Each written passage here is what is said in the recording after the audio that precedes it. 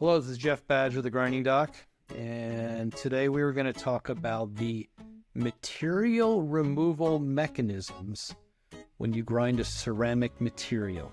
Ceramics are hard, brittle materials, and so unlike when you grind steel, stainless steels, nickel alloys, Inconels, titaniums, even tungsten carbide, the way the material is removed is different. Okay, and we're going to talk about that and how that works. Ceramic materials, if you've ever taken material science, they have a low ductility, they have a high hardness, they have a low strain to failure, they have a low epsilon till failure, which means they just don't deform very much before they break. So you pull on a gummy bear, and the gummy bear stretches, and then it breaks. You pull on a piece of steel, and it stretches, and it breaks.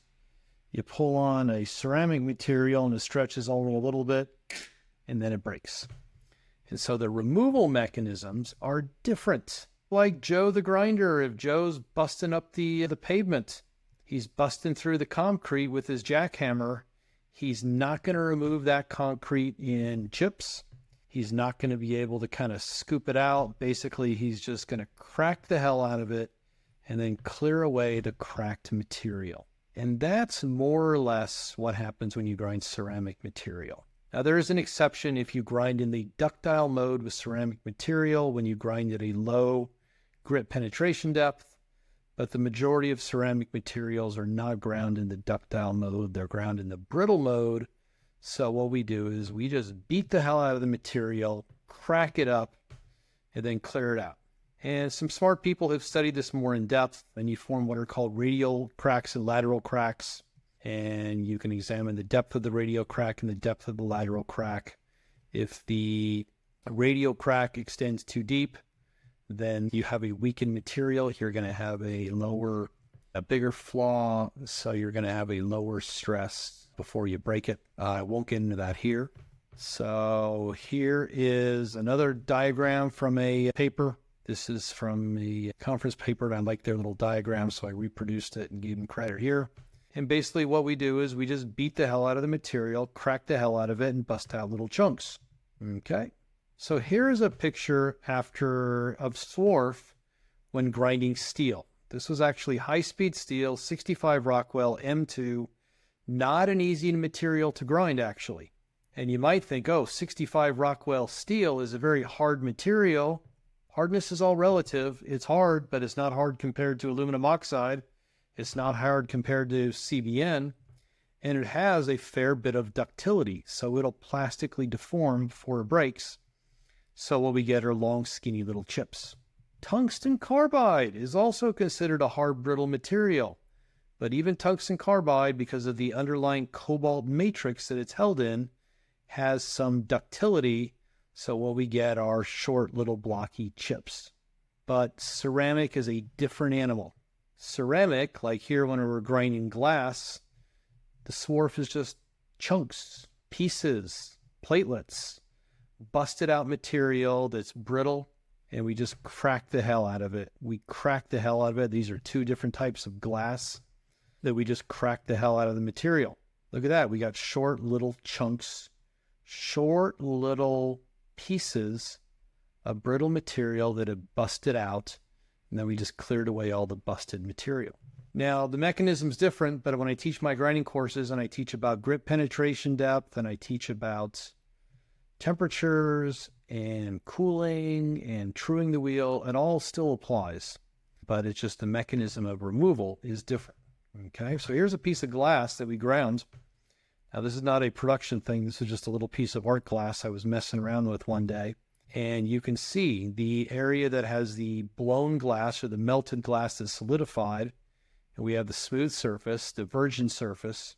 And then we have the surface where the little diamonds were going, and they were putting little cracks in the material, and the material just cracked up. So let's zoom in, and there we can see, okay, look at that. We have the material that the diamond grits contacted. We have the region where the diamond grits did not contact. And then actually we have some short little scratches where you could argue, depending, we actually were in the plastic regime here. the ductile mode. That gets a little tricky, whether those are actually ductile scratches or brittle scratches. So if we look at that surface, oh, look at that. We've got some busting out, cracking up. And this material, you can't see it, but this material right here has lots and lots and lots of little tiny cracks, little micro cracks. And those little micro cracks penetrate into the material. And the deeper they penetrate, the weaker your material is. Okay? So that's something you have to be careful of. If you're grinding ceramic material, if your grit penetration depth is too big, you will have a deeper penetration of the radial cracks, and you will have a lower impact strength of your material. Is that right? Not impact toughness, impact strength, yes. Because the strength will depend on the biggest defect, and that biggest defect is that crack. Okay? Here's a brittle material that we've just ground at, cracked the hell out of it, crack, crack, crack, and then clear away all those nasty, not even nasty, let's just say clear away those little cracks. Okay? And that's the nature of the beast. That is the nature of how brittle materials, ceramic materials grind. Now, you could go your whole life grinding ceramic materials and never know that and still do reasonably well, because the concepts of cooling and grit penetration depth all apply. Edge chipping applies. Your bigger grit penetration depth you have, the more edge chipping you have. You don't have to deal with burr typically with ceramic materials. You have to deal with high temperatures because that can cause macro cracking instead of micro cracking. Cooling applies. How to apply the coolant applies. Truing the wheel, all those things apply.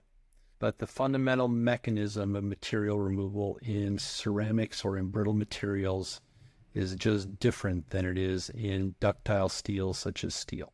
Jeff Badge of the Grinding Dock, talking about everybody's favorite subject, grinding. This is the stuff I teach in my courses. This is the stuff that is in the book of grinding. When I visit companies and educate them on grinding, this is the stuff that they learn. Visit www.thegrindingdock.com for more information.